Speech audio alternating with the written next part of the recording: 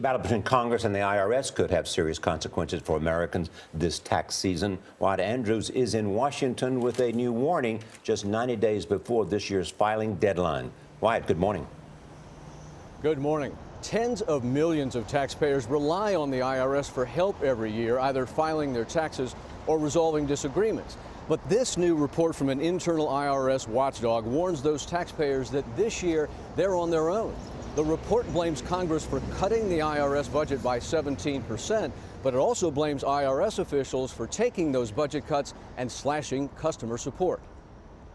I'm a lawyer. Nina Olson is the taxpayer advocate at the IRS, the official who represents taxpayers within IRS headquarters, and she's warning everyone to expect the worst customer service the IRS has delivered in a decade. Her yearly report says that because of budget cuts, taxpayers can expect less help on the phone, less help with tax preparation, and more obstacles when disputing an IRS mistake. I think that for taxpayers, they will not be able to get assistance from the IRS. They will not get their questions answered. For example, every year the IRS gets around 100 million phone calls from taxpayers and historically has answered those calls in under 4 minutes.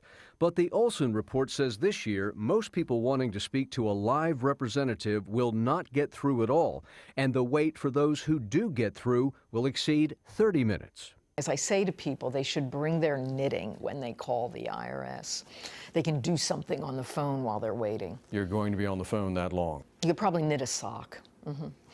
The report admits that IRS budget cuts are partly its own fault. Congressional Republicans slashed the agency's funding as payback for the targeting scandal when IRS officials investigated mostly conservative groups applying for tax-exempt status.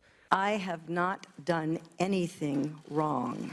When Lois Lerner, the former head of the tax-exempt unit, appeared before Congress, she denied wrongdoing. I declined to answer that question. But then took the Fifth Amendment. For those taxpayers who might say, too bad, they had it coming. If you think that cutting the IRS's budget is punishing the IRS, it's not. Who you're punishing are the United States taxpayers. You're punishing yourselves. This report also says the budget cuts will hurt the IRS's ability to track the billions given to taxpayers under Obamacare and the billions earned by U.S. corporations, but which are kept overseas. Gail? Thanks, Wyatt.